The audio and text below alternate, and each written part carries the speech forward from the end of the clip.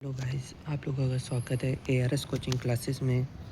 आज हम पढ़ेंगे जो 4 तारीख को आपके इनऑर्गेनिक केमिस्ट्री का पेपर है। पहले उसके शॉर्ट क्वेश्चंस पढ़ेंगे, उनके आंसर्स, और उसके अगली वीडियो में हम लॉन्ग आंसर पढ़ेंगे। सबसे पहले आता है झालक ऊर्जा। झालक ऊर्जा उसका मतलब होता है एक मोल ठोस बनने पर मुक्त ऊर्जा को झालक ऊर्जा कहते हैं। मतलब एक मोल ठोस बनाने के लिए जितनी ऊर्जा चाहिए होगी उसको झालक ऊर्जा कहते हैं। एग्जाम्पल होता है Na+ और Cl- बराबर NaCl। मुख्य बिंदु आयनों पर आवेश अधिक तो झालक ऊर्जा भी अधिक होगी। आयनों का आवेश छोटा तो झालक ऊर्जा भी अधिक, और झालक ऊर्जा अधिक होने पर यौगिक कठोर होता है। ओके। उपयोग स्थिरता ज्ञात करने में और घुलनशीलता समझने में। फ्रेंकल दोष जब छोटा आयन अपनी जगह छोड़कर अंतरास्थान में चला जाता है तो उसे फ्रेंकल दोष कहते हैं। ये 2 दोष होते हैं, शॉर्टकी दोष और फ्रेंकल दोष। फ्रेंकल दोष मतलब जब एक छोटा आयन होता है वो अपनी जगह छोड़कर दूसरी जगह पे चला जाता है जो खाली होती है। अंतरास्थान मतलब खाली जगह है। जैसे इसके एग्जाम्पल होते हैं AgCl और JnS। प्रभाव होते हैं घनत्व में परिवर्तन नहीं होता है, इनमें आयनिक चालकता बढ़ती है। उसके बाद है फाजान का नियम। ये मोस्ट इम्पोर्टेंट है गाइस, इसको पढ़ना है, ये एग्ज़ाम में आ सकता है। धनायन की ध्रुवीकरण शक्ति और ऋणायन की ध्रुवीयता अधिक होने पर सहसंयोजक गुण बढ़ता है। मतलब कि जो धनायन होगा उसकी ध्रुवीकरण शक्ति और ऋणायन की ध्रुवणीयता अधिक होने पर सहसंयोजक गुण बढ़ता है। सिंपल से छोटा धनायन बराबर अधिक ध्रुवीकरण और बड़ा ऋणायन बराबर अधिक सहसंयोजकता। उसके बाद है VSPR सिद्धांत। ये मोस्ट इम्पोर्टेंट है गाइस, बहुत सालों से पूछा जा रहा है, इस साल भी पूछ सकते हैं। संयोजक इलेक्ट्रॉन युग्म एक दूसरे को प्रतिकर्षित करते हैं और अधिकतम दूरी पर रहते हैं। मतलब कि जो संयोजक इलेक्ट्रॉन युग्म होंगे वो एक दूसरे को प्रतिकर्षित करेंगे और वो उनकी दूरी अधिकतम होगी, मतलब बहुत दूर दूर होंगे। इनका ये है NH3 त्रिकोणीय पिरामिड होता है। इसको सिंपल से बता सकते हैं कि ये N और इधर एक, इधर और इधर ये H जुड़ जाएंगे यहाँ पर, तो यहाँ पर एक त्रिभुज बन जाएगा जिसको कहेंगे त्रिकोणीय पिरामिड। इससे ही H2O का भी बनेगा। O के दोनों तरफ H जुड़ जाएंगे और इसके अंदर 2 लोन पेयर होंगे तो इससे V बन जाएगा। वैसे लाइनर होता है पर इसको V आकार भी कहा जाता है। ClF3 में Cl होगा और 3 तरफ F जुड़ जाएंगे तो T आकार बन जाएगा। इसका बंध क्रम मतलब होता है लोन पेयर और लोन पेयर होगा, फिर लोन पेयर बॉन्ड पेयर होगा, फिर बॉन्ड पेयर होगा। उसके बाद आएगा VBT वैलेंस बॉन्ड सिद्धांत। इसके अंदर होगा सहसंयोजक बंध आधे भरे ऑर्बिटल के ओवरलैप मतलब अतिव्यापन से बनता है। जो सहसंयोजक बंध होंगे वो आधे भरे होंगे और उनका ऑर्बिटल अतिव्यापन से बनता है। इसमें सिग्मा और पाई बंध बनते हैं। दिशा निर्धारित करता है। इसकी सीमा होती है कि ये चुंबकीय गुण नहीं समझा पाता। ओके। तो इसके बाद होता है अमोटी आणविक कक्षक सिद्धांत। इसका सूत्र होता है Nb - Na/2 बिंदु। बॉन्ड ऑर्डर अगर 0 से अधिक होगा तो अणु स्थिर होगा। अधिक बॉन्ड ऑर्डर बराबर अधिक स्थिरता, और 2 पराचुंबकीय होता है।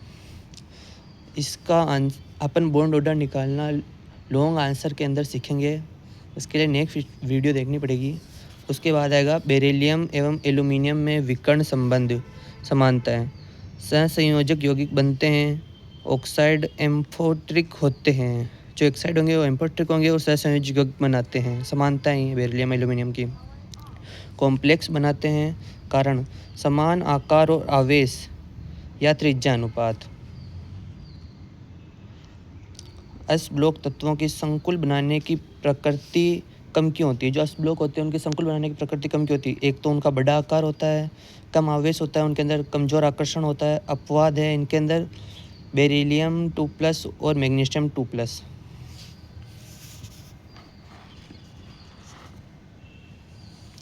उसके बाद जैव तंत्र में अश्लोक तत्व मतलब अपने मानव शरीर या मतलब किसी भी जीव के शरीर के अंदर अश्लोक तत्व कहाँ पर काम आता है। सबसे पहले सोडियम होता है, हमारा द्रव संतुलन करता है। उसके बाद पोटेशियम होगा, हमारा तंत्रिका कार्य पर नियमन करेगा। और मैग्नीशियम 2+ हमारा क्लोरोफिल का काम करेगा। और कैल्शियम जो हमारी हड्डियों को मजबूत करने के लिए चाहिए होता है वो एक काम करेगा।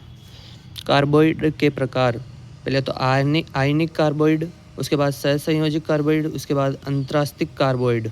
इसका एग्जाम्पल है CaC2। इसको भी हम लॉन्ग आंसर में पढ़ेंगे इसके प्रकारों को। उसके बाद आएगा फ्लोरीन, कार्बन का पिंजरा सदृश अपर रूप। जो कार्बन होगा उसका पिंजरा सदृश अपर रूप वो फ्लोरीन होगा। इसका एग्जाम्पल है C60, नहीं यहाँ पर CO60 आएगा शायद से। गुण ये स्थिर होंगे, अर्धचालक होंगे, औषधीय उपयोग होगा इनका। बोरांजिन, इसका सूत्र होता है B3N3 और H6। ये कार्बनिक बेंजीन होते हैं। समतल संरचना, रेजोनेंस दर्शाता है। अर्धायु, रेडियोधर्मी पदार्थ की आधी मात्रा नष्ट होने का समय। जब रेडियोधर्मी पदार्थ की आधी मात्रा नष्ट हो जाएगी तो उसे अर्धायु कहते हैं। इसका सूत्र होता है T1/2 बराबर 0.693/λ। समस्थानिक होंगे, उसके अंदर तो जो परमाणु क्रमांक होगा वो समान होगा पर उसका परमाणु भार अलग अलग होगा। जैसे हम कह सकते हैं H+2 H+3, इनका परमाणु क्रमांक तो समान है पर परमाणु भार अलग अलग होता है। समभारिक, इनके अंदर परमाणु भार समान होगा पर परमाणु क्रमांक भिन्न भिन्न होगा। और सम न्यूट्रॉन में न्यूट्रॉन समान होते हैं। उसके बाद अगर प्राकृतिक व कृत्रिम रेडियोधर्मी। प्राकृतिक व कृत्रिम रेडियोधर्मी के उदाहरण, प्राकृतिक स्वतः विघटन हो जाएगा इसका, और ये है U और R है। कृत्रिम, जिसका कृत्रिम रूप से उत्पन्न किया गया, ये है CO60 जो अपन ने पिछली बार अभी पढ़ा था थोड़ी देर पहले। बोर्न हेबर चक्र, आयनिक यौगिकों की जालक ऊर्जा ज्ञात करने की ऊष्मागतिकी विधि, जिसमें हम आयनिक यौगिक की ऊष्मागतिकी से ऊर्जा ज्ञात करेंगे वह विधि, मतलब कि आयनिक यौगिकों की जालक ऊर्जा ज्ञात करने की ऊष्मागतिकी विधि। मुख्य चरण, इसके जो मुख्य चरण हैं वह है ऊर्ध्वीकरण ऊर्जा, आयनीकरण ऊर्जा, इलेक्ट्रॉन बंधुता और जालक ऊर्जा। उपयोग, जालक ऊर्जा ज्ञात करना, स्थिरता तुलना।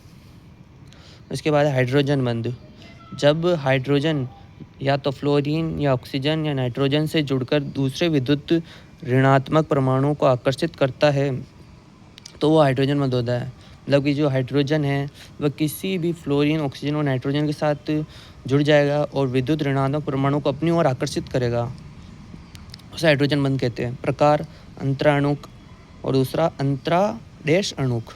एग्जाम्पल H2O और HF। प्रभाव, क्वथनांक बढ़ता है, घुलनशीलता बढ़ती है।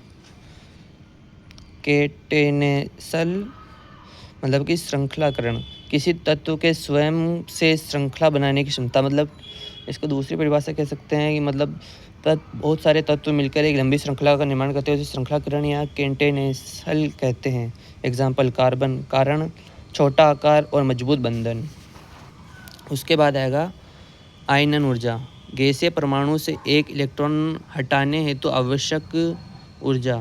प्रकृति, आवर्त में बढ़ती है, समूह में घटती है। मतलब कि जो गैसीय परमाणु होगा उसमें से एक इलेक्ट्रॉन हटाने में जो आवश्यक ऊष्मा ऊर्जा होगी उसको आयनन ऊर्जा कहते हैं। उसकी प्रवृत्ति होगी आवर्त में बढ़ती है और समूह में घटती है। उसके बाद जेनॉन के यौगिक स्थिर क्यों हैं? जेनॉन के यौगिक स्थिर इसलिए हैं क्योंकि उसका बड़ा आकार होता है, कम आयनीकरण ऊर्जा होती है, रिक्त डी कक्षक उपलब्ध होता है। नाभिकीय बंध ऊर्जा, नाभिक को तोड़ने हेतु आवश्यक ऊर्जा। सूत्र E बराबर डेल्टा mc²। महत्व, नाभिकीय स्थिरता, विखंडन या संलयन समझाना। तो नाभिकीय बंधन ऊर्जा उसको कहते हैं जिसमें नाभिक को तोड़ने हेतु आवश्यक ऊर्जा जो चाहिए उसे नाभिकीय बंधन ऊर्जा कहते हैं। सूत्र हो गया E बराबर डेल्टा mc²। महत्व हो गया नाभिकीय स्थिरता, विखंडन या संलयन समझना। रेडियोधर्मी विस्थापन नियम। अल्फा उत्सर्जन होता है जिसमें परमाणु क्रमांक 2 होता है और परमाणु भार 4 होता है, और बीटा उत्सर्जन में परमाणु क्रमांक +1 और ए समान होता है, मतलब कि परमाणु भार। उसके बाद आएगा गामा। गामा में कोई परिवर्तन नहीं होगा रेडियोधर्मी विस्थापन के कारण। त्रिज्या अनुपात नियम। धनात्मक और ऋणात्मक त्रिज्याओं के अनुपात की संरचना ज्ञात होती है। मतलब कि जो धनात्मक और ऋणात्मक त्रिज्याओं के अनुपात को त्रिज्या अनुपात कहते हैं। महत्व समन्वय संख्या ज्ञात करना, क्रिस्टल संरचना समझना, सीमा सभी यौगिक पर लागू नहीं होता है। त्रिज्या अनुपात नियम जिसमें धनात्मक व ऋणात्मक दोनों अनुपात में होते हैं, मतलब बटेवा में होते, भाग में होते हैं, उसको त्रिज्या अनुपात नियम कहते हैं। समन्वय संख्या को ज्ञात कर सकते हैं, इससे क्रिस्टल संरचना समझा सकते हैं। सीमा होती है पर इसकी सभी यौगिकों पर लागू नहीं होता है ये। और उसके बाद हाइड्राइड्स के प्रकार। इसके प्रकार होते हैं आयनिक, सहसंयोजक और धात्विक। बहुत सारे आयनों से मिलकर जो आयनिक बनता है, सहसंयोजक बहुत सारे परमाणु मिलकर एक बनाते हैं जिस यौगिक वो सहसंयोजक होता है, और धात्विक बहुत सारे धातु मिल जाते हैं जैसे NaHCH4। एल्किल लिथियम जिसकी तैयारी ये है R⁻X+2 Li बराबर R Li। गुण अत्यधिक क्रियाशील होता है, कार्बनिक संश्लेषण में उपयोगी। पी ब्लॉक के तत्वों की विशेषता। सहसंयोजक यौगिकों परिवर्ती सहसंयोजक यौगिक होते हैं, और दूसरा परिवर्ती ऑक्सीकरण अवस्था। परिवर्ती ऑक्सीकरण अवस्था होती है, अधात्विक गुण अधिक होता है। पहला पी ब्लॉक के तीन विशेषता पढ़ी बने। सहसंयोजक यौगिक हुआ परिवर्तित ऑक्सीकरण अवस्था, अधात्विक गुण अधिक। नोबल गैस कम क्रियाशील क्यों? पूर्ण बाह्य इलेक्ट्रॉनिक विन्यास होता है इनके अंदर, और उच्च आयनीकरण ऊर्जा। इन दोनों के कारण ये कम क्रियाशील होता है। पहला क्या हो गया? पूर्ण बाह्य इलेक्ट्रॉनिक विन्यास। जो बाहर का इलेक्ट्रॉन होगा, जो सबसे लास्ट में आएगा, वो इलेक्ट्रॉनिक विन्यास। और उच्च आयनीकरण ऊर्जा। न्यूक्लियोइड्स विशिष्ट परमाणु क्रमांक और परमाणु भार वाले नाभिक को न्यूक्लियोइड्स कहते हैं। जब परमाणु भार होगा जिसका विशिष्ट परमाणु भार और परमाणु क्रमांक तो विशिष्ट होगा और परमाणु भार वाले नाभिक को न्यूक्लियोइड्स कहते हैं। नाभिक के विखंडन। भारी नाभिक का टूटना। जो भारी नाभिक होगा वो टूटेगा तो इसको नाभिकीय विखंडन कहते हैं। इसका एग्जाम्पल होगा यूरेनियम 235। ये एक भारी नाभिक है बहुत। नाभिकीय संलयन। हल्के नाभिकों का मिलना। बहुत सारे हल्के नाभिक एक साथ मिल जाएंगे तो वह नाभिकीय संलयन कहलाएगा। नाभिकीय विखंडन में तो एक नाभिक होता है जो टूट रहा है भारी, और इसके अंदर संलयन हो रहा है। एग्जाम्पल सूर्य ऊर्जा। सूर्य की बहुत सारी ऊर्जाएं होती हैं जो मिलकर हमारी धरती पर आती है, जैसे हो गया रेडियो रसायन। रेडियोधर्मी तत्व एवं उनके परिवर्तन का अध्ययन रेडियो रसायन कहलाता है। इसके बाद अपने लॉन्ग आंसर आएंगे जो हमको नेक्स्ट वीडियो में देखने को मिलेंगे। धन्यवाद। और ARS कोचिंग क्लासेस को सब्सक्राइब कीजिए।